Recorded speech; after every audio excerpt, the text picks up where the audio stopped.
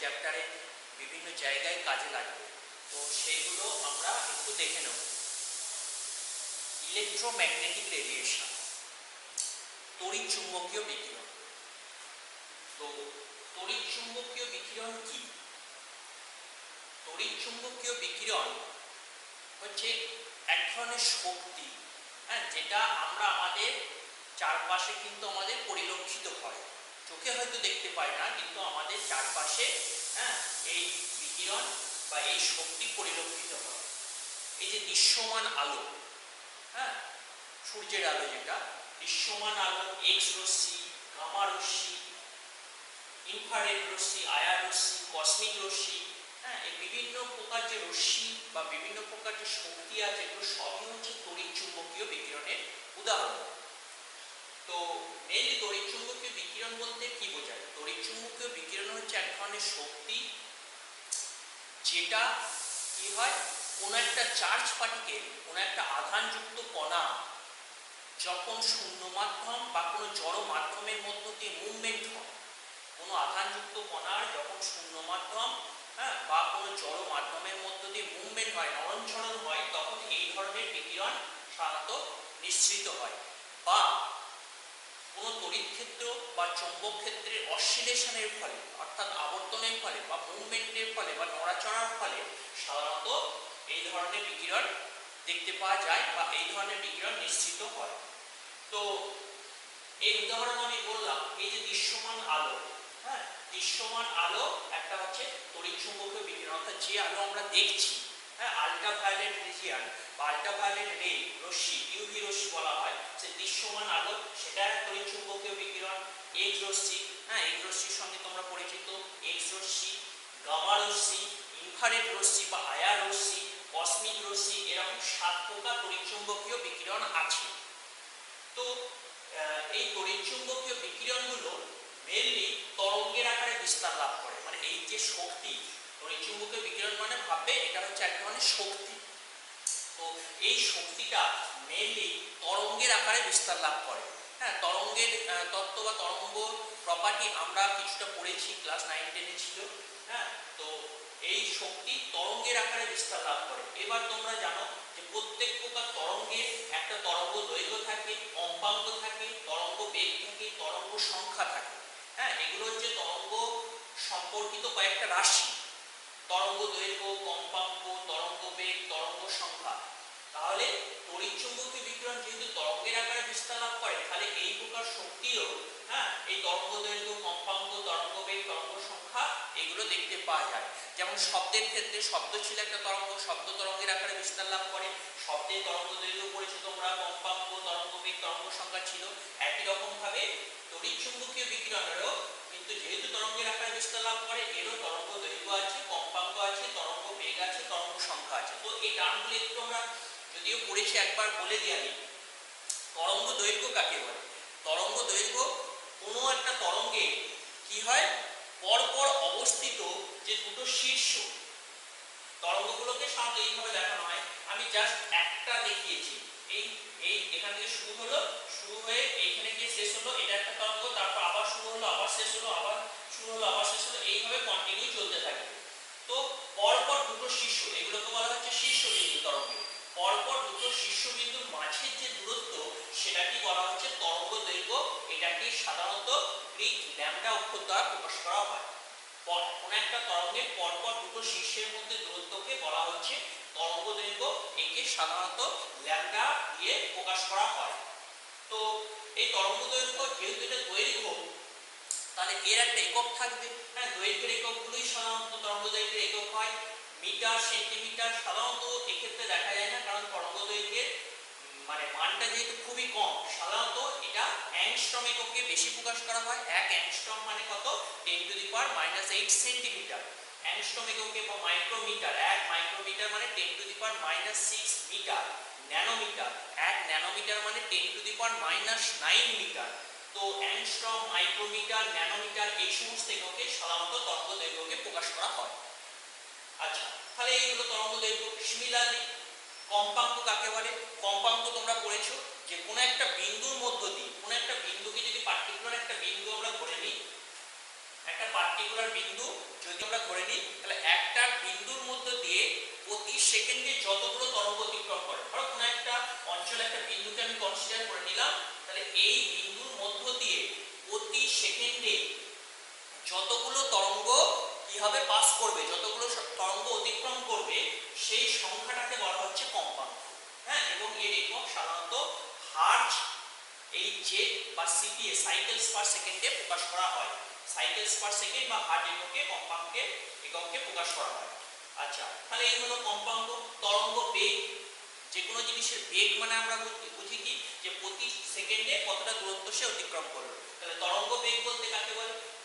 তরঙ্গ বেগ হচ্ছে কোন একটা তরঙ্গ প্রতি সেকেন্ডে যতটা দূরত্ব অতিক্রম করবে সেটাই হচ্ছে তার তরঙ্গ বেগ। হ্যাঁ, এবং সাধারণত তড়িৎচুম্বকীয় বিকিরণের ক্ষেত্রে, হ্যাঁ, যে তরঙ্গটা বিস্তার লাভ করে সেই তরঙ্গটা সাধারণত আলোর গতিবেগে চলে, এবং এর মানটা হয় আলোর যে গতিবেগের মান 3 × 10⁸ মিটার পার সেকেন্ড বা 3 × 10⁻10 সেন্টিমিটার পার সেকেন্ড। আলোর গতিবেগে যেহেতু তরঙ্গগুলো ছোটে, হ্যাঁ, বা তরঙ্গগুলো বিস্তার লাভ করে, তাহলে তরঙ্গ বেগের মান অলওয়েজ এই আলোর বেগের সমান হয়। আচ্ছা, আর একটা কারণ আছে তরঙ্গ সংখ্যা, একে নিউ উপরে বার, এই সাইনটাকে বলা হচ্ছে বার সাইন। তরঙ্গ সংখ্যাকে নিউ বার দ্বারা প্রকাশ করা হয়। হ্যাঁ, তরঙ্গ সংখ্যার ডেফিনেশনটা কিভাবে দেওয়া হয়? তরঙ্গ সংখ্যাটা হলো প্রতি একক দৈর্ঘ্যে কোনো তরঙ্গের দ্বারা সৃষ্ট যে পূর্ণ তরঙ্গের সংখ্যা, সেটাকে বলা হচ্ছে তরঙ্গ সংখ্যা। প্রতি একক দৈর্ঘ্যে, সাধারণত প্রতি সেন্টিমিটার দৈর্ঘ্যেই বলা হয়। প্রতি সেন্টিমিটার দৈর্ঘ্যে যতগুলো তরঙ্গ থাকে, প্রতি সেন্টিমিটার দৈর্ঘ্যে যতগুলো তরঙ্গ থাকে, অর্থাৎ প্রতি সেন্টিমিটার দৈর্ঘ্যে তরঙ্গের যে সংখ্যা, হ্যাঁ, সেটাকে বলা হচ্ছে তরঙ্গ সংখ্যা। 1 সেন্টিমিটার দৈর্ঘ্যে, হ্যাঁ, যদি 10টা তরঙ্গ পূর্ণ তরঙ্গ থাকে তাহলে তরঙ্গ সংখ্যা হবে 10। প্রতি সেন্টিমিটার দৈর্ঘ্যে, হ্যাঁ, পূর্ণ তরঙ্গের যে সংখ্যা সেটাকে বলা হচ্ছে তরঙ্গ সংখ্যা, এবং এটাকে নিউ বার দ্বারা প্রকাশ করা হয়, এবং নিউ বারের মানটা হয় 1/λ। নিউ বার সমান হচ্ছে 1/λ। হ্যাঁ, অর্থাৎ তরঙ্গ দৈর্ঘ্যের যে রেসিপ্রোকাল অর্থাৎ অনন্যকে বলা হচ্ছে তরঙ্গ সংখ্যা। সাধারণভাবে এটাই মনে রাখবে যে তরঙ্গ দৈর্ঘ্যের রেসিপ্রোকাল বা অনন্যকে বলা হয় তরঙ্গ সংখ্যা। নিউ বার সমান হচ্ছে 1/λ। এই ফর্মুলাটা কিন্তু এক্ষেত্রে পরমাণু গঠন চ্যাপ্টারে কিছু ক্ষেত্রে কিন্তু লাগবে। হ্যাঁ, অঙ্ক করতে গিয়ে তরঙ্গ সংখ্যা বার করতে গেলে আমরা ল্যামডার মানটা বার করে নেব। ল্যামডার মানটা বার করতে পারলে তরঙ্গ সংখ্যাটা হবে 1/λ। এবং তাহলে একক কি হবে? যেহেতু ল্যামডার একক মিটার, সেন্টিমিটার, হ্যাঁ, এই সমস্ত হতে পারে, তাহলে নিউ বারের এককটা কি হবে?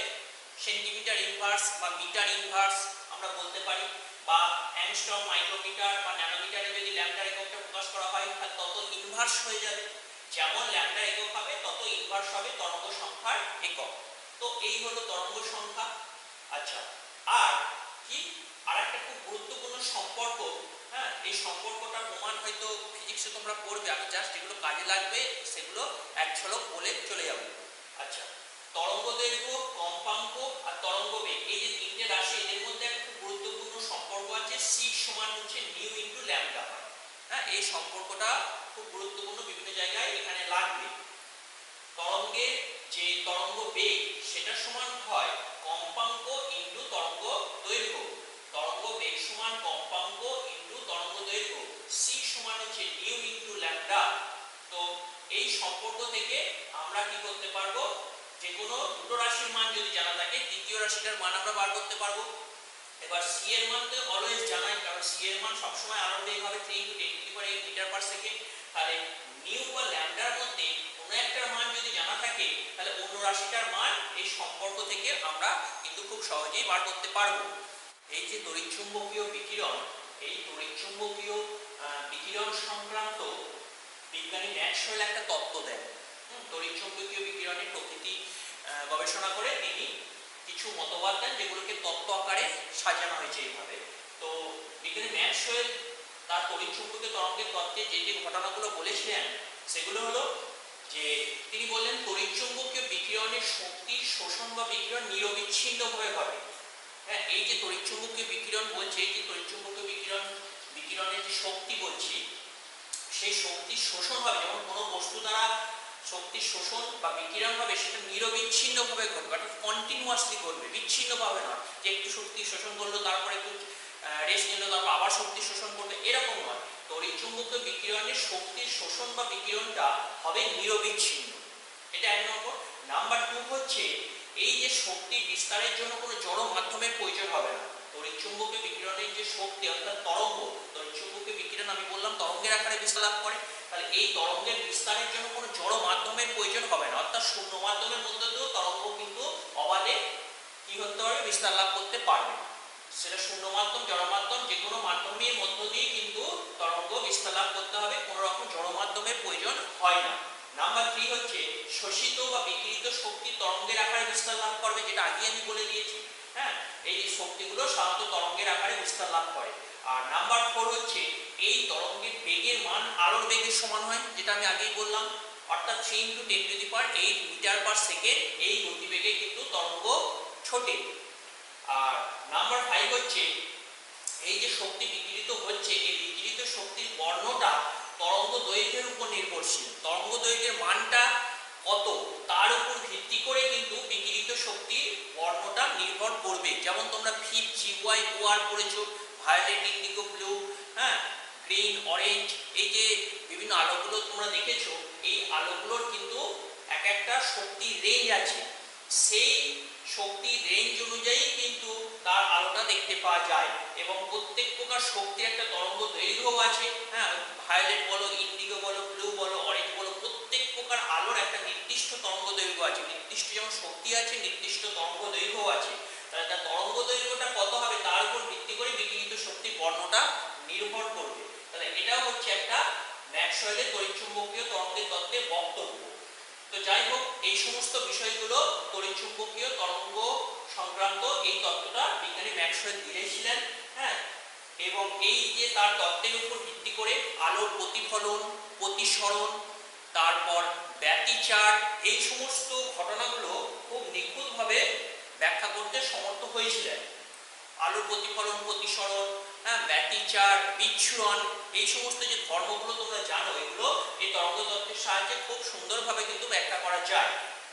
দুটো তত্ত্ব কিন্তু এই তড়িৎচুম্বকীয় তরঙ্গের তত্ত্ব থেকে, ম্যাক্সওয়েলের এই তত্ত্ব থেকে ব্যাখ্যা করা যায় না, যেটাকে ব্যতিক্রম হিসেবে বলা হয়। সেটা হচ্ছে ব্ল্যাক বডি রেডিয়েশন এবং ফটো ইলেকট্রিক এফেক্ট। হ্যাঁ, ব্ল্যাক বডি রেডিয়েশন মানে হচ্ছে কৃষ্ণ বস্তু বিকিরণ, কালো বস্তু বিকিরণ বা কৃষ্ণ বস্তু বিকিরণ। এটা একটা ঘটনা যেটা ফিজিক্সে তোমরা কোয়ান্টাম মেকানিক্সে পড়বে। আর একটা হচ্ছে ফটো ইলেকট্রিক এফেক্ট, হ্যাঁ, আলোক তড়িৎক্রিয়া, এটাও ফিজিক্সে আছে, কোয়ান্টাম মেকানিক্সে। এই দুটো ঘটনা কিন্তু ম্যাক্সওয়েলের তড়িৎচুম্বকীয় তরঙ্গের তত্ত্ব থেকে ব্যাখ্যা করা যায় না। হ্যাঁ, এইগুলো ব্যাখ্যা করার জন্য বিজ্ঞানী প্ল্যাঙ্ক একটা তত্ত্ব দিয়েছিলেন, সেই তত্ত্বটা এরপর আমরা পড়ব। এরপর হচ্ছে বিকিরণের কোয়ান্টাম তত্ত্ব।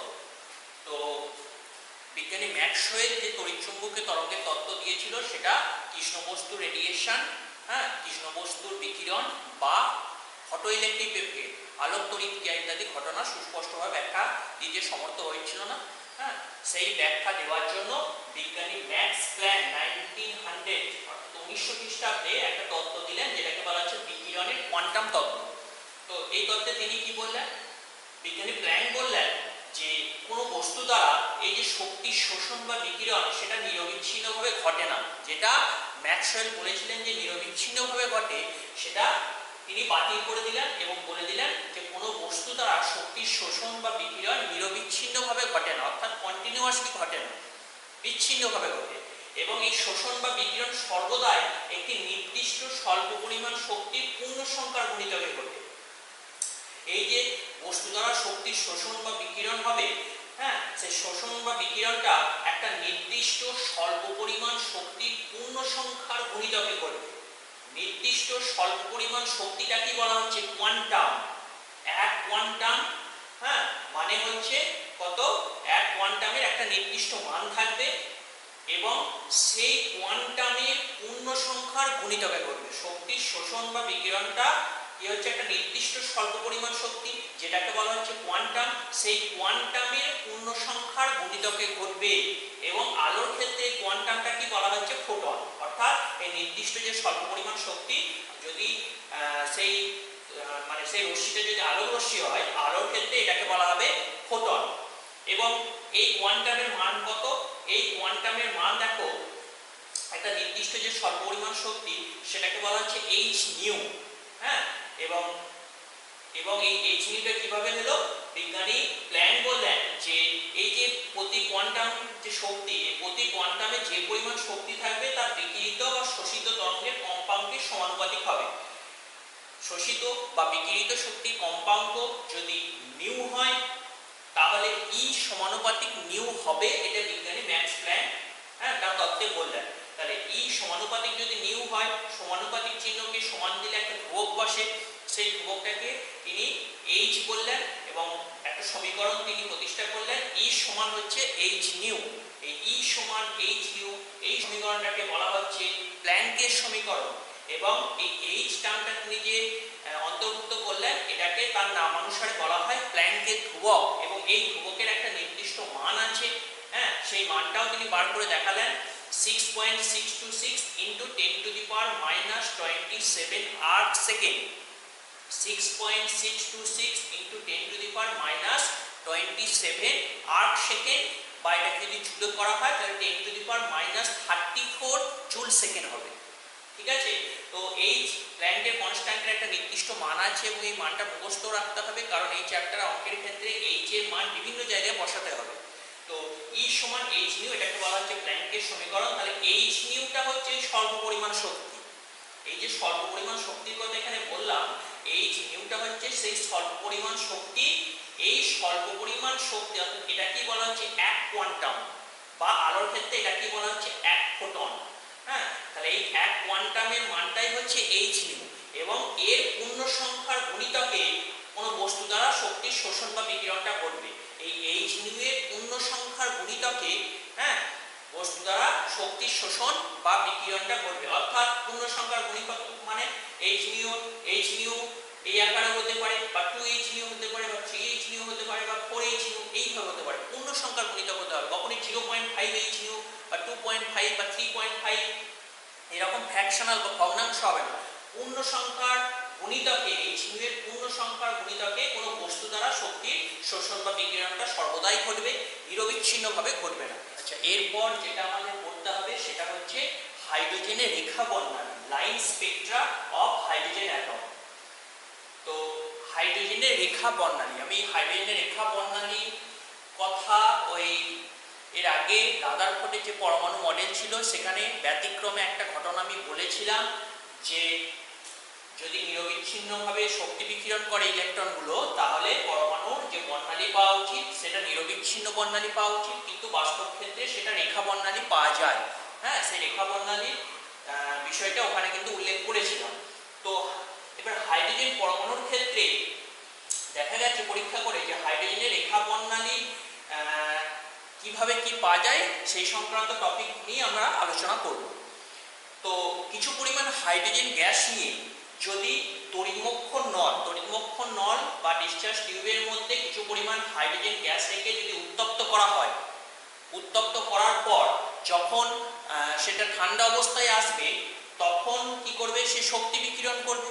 কিছু পরিমাণ হাইড্রোজেন গ্যাস যদি নেওয়া হয় একটা তড়িৎমক্ষণ নলের মধ্যে খুব অল্প চাপে দিয়ে যদি উত্তপ্ত করা হয়, উত্তপ্ত করার পর কিছুক্ষণ পর যখন তড়িৎমক্ষণ নলটাকে ঠান্ডা করা হবে তখন কি করা দেখা যাবে যে তড়িৎমক্ষণ নলকে ঠান্ডা করলে যে শক্তিটা বিকিরণ করবে, কারণ যখন উত্তপ্ত করা হচ্ছে উদ্দীপ্ত অবস্থায় যাচ্ছে, উদ্দীপ্ত অবস্থা থেকে যখন গ্রাউন্ড স্টেট বা কি হচ্ছে ভূমিস্তর অবস্থায় আসবে তখন শক্তি বিকিরণ করবে। সেই শক্তিকে যদি বর্ণালী বীক্ষণ যন্ত্রে রাখা প্রিজমের মধ্য দিয়ে চালনা করা হয় তাহলে দেখা যাচ্ছে বর্ণালীতে অসংখ্য রেখা দেখতে পাওয়া যাচ্ছে। অসংখ্য রেখা বলতে সেটা বিভিন্ন ক্ষেত্রে বিভিন্ন রকম দেখা যায়, সেটা নির্ভর করছে বিকিরিত শক্তিটা কেমন তার উপর। তো যাই হোক, তাহলে কিছু পরিমাণ হাইড্রোজেন গ্যাস নিয়ে একটা তড়িৎমক্ষণ নলে রেখে খুব কম চাপে যদি উত্তপ্ত করা হয়, উত্তপ্ত করার পর যখন ঠান্ডা করা হবে সে শক্তি বিকিরণ করবে। সেই বিকিরিত শক্তিকে যদি কি করা হয় বর্ণালী বীক্ষণ যন্ত্রে রাখা প্রিজমের মধ্য দিয়ে চালনা করা হয় তাহলে দেখা যাচ্ছে বর্ণালীতে এক একটা করে রেখা দেখা যাচ্ছিল। এটা কি বলা হচ্ছে রেখা বর্ণালী। এবং এই রেখাগুলো একটা রেখা থেকে আর একটা রেখা অন্ধকার অংশ বা অন্ধকার স্থান দ্বারা পৃথকীকৃত ছিল। অন্ধকার স্থান দ্বারা পৃথকীকৃত ছিল এবং এই ঘটনাটা সর্বপ্রথম দেখেছিলেন বিজ্ঞানী বামা। বিজ্ঞানী বামার সর্বপ্রথম এই ঘটনাটা লক্ষ্য করেছিলেন এবং তার এই সংক্রান্ত তিনি পরীক্ষা নিরীক্ষা করে একটা সমীকরণ দিয়েছিলেন, নিউ বার সমান r into 1/2 square minus 1/n2 square. এখানে নিউ বারটা কি? নিউ বারটা হচ্ছে ওই যে বিকিরিত শক্তি বলছি, ওই বিকিরিত শক্তির তরঙ্গ সংখ্যা যদি নিউ বার হয় তাহলে তিনি প্রমাণ করে দেখালেন যে নিউ বার সমান r into 1/2 square minus 1/n2 square. এই সমীকরণ মেনে চলবে। কে মেনে চলবে? ওই বিকিরিত শক্তি যে তরঙ্গ সংখ্যা, অর্থাৎ একটা বর্ণালীতে যে রেখাগুলো পাওয়া যাচ্ছে, আমি এরকম ভাবতে পারি যে এরকম হয়তো এখানে একটা রেখা, এখানে একটা রেখা, এখানে একটা রেখা, এখানে একটা রেখা, অর্থাৎ এই গোটাটা যদি একটা বর্ণালীর পটি আমি ভাবি, হ্যাঁ, সেই পটিতে এরকম চারটে রেখা, এই একটা রেখা, এই একটা রেখা, এই একটা রেখা, এই একটা রেখা, মাঝের অংশগুলো কিন্তু অন্ধকার স্থান দ্বারা পৃথকীকৃত আছে। তো বামানি সর্বপ্রথম, হ্যাঁ, এই ঘটনাটা পর্যবেক্ষণ করলেন এবং এই কারণে এটাকে বলা হয় বামার সারি, বামার সিরিজ অফ লাইন, অর্থাৎ বামার সারিতে চারটে রেখা তিনি দেখিয়েছিলেন। এইরকম পরবর্তীকালে আরো অনেক বিজ্ঞানী পরীক্ষা নিরীক্ষা করে আরো উন্নততর বর্ণালীবীক্ষণ যন্ত্রের সাহায্যে যখন বিশ্লেষণ করলেন, দেখলেন যে সেখানে শুধু একটা সারি থাকে না, এখনো 5টা সারি থাকে, টোটাল 6টা সারি। বামার তো দেখেছিলেন যে একটা সারি তিনি দেখিয়েছিলেন, সেটাকে বামার সারি বলা হয়।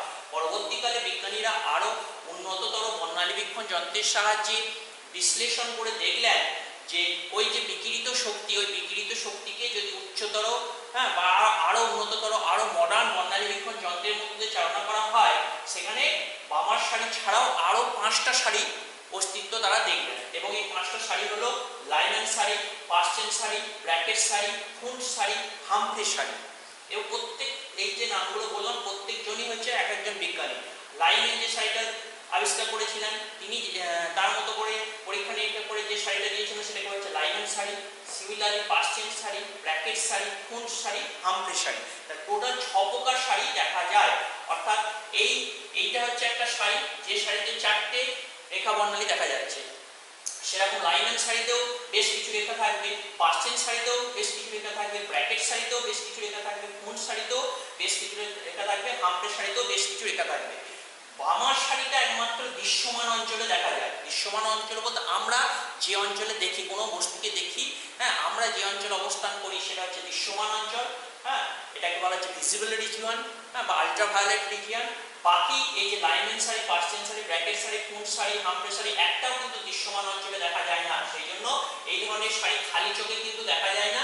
তার জন্য উন্নততর বর্ণালীবীক্ষণ যন্ত্রের প্রয়োজন এবং সেই বর্ণালীবীক্ষণ যন্ত্রে, হ্যাঁ, শক্তির রেঞ্জটা সেইভাবেই দেখতে হয়।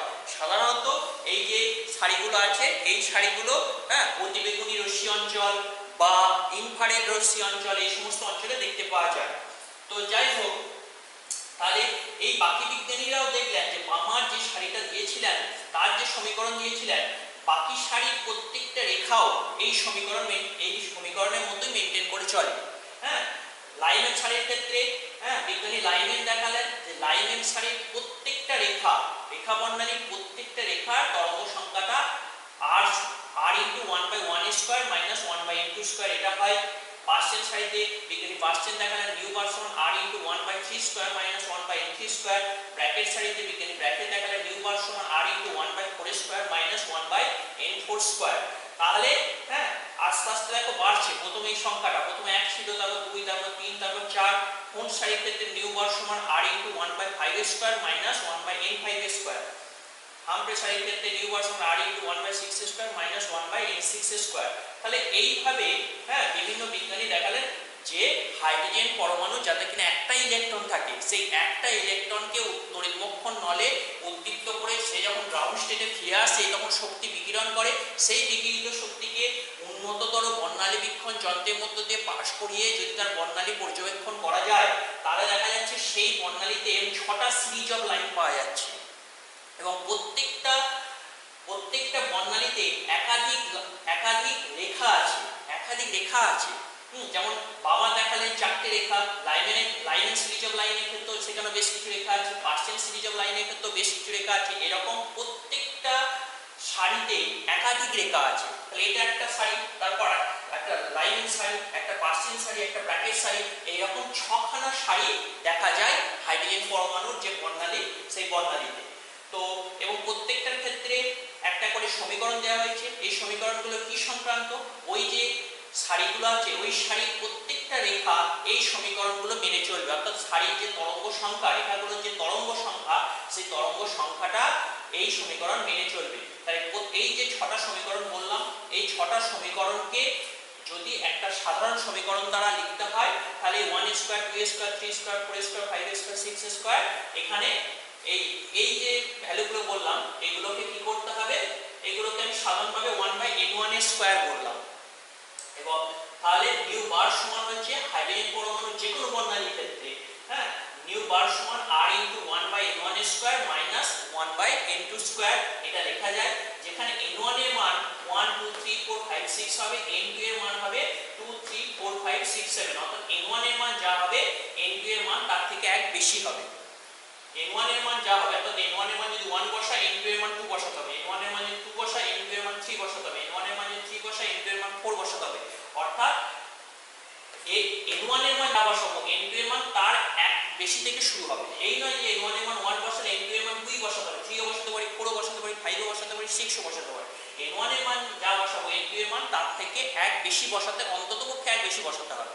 তো এই সাধারণ সমীকরণ দ্বারা কি করা যায়, হাইড্রোজেন পরমাণু বর্ণালীগুলোর প্রত্যেকটা রেখা, সেই প্রত্যেকটা রেখা তরঙ্গ সংখ্যাকে প্রকাশ করা যায়।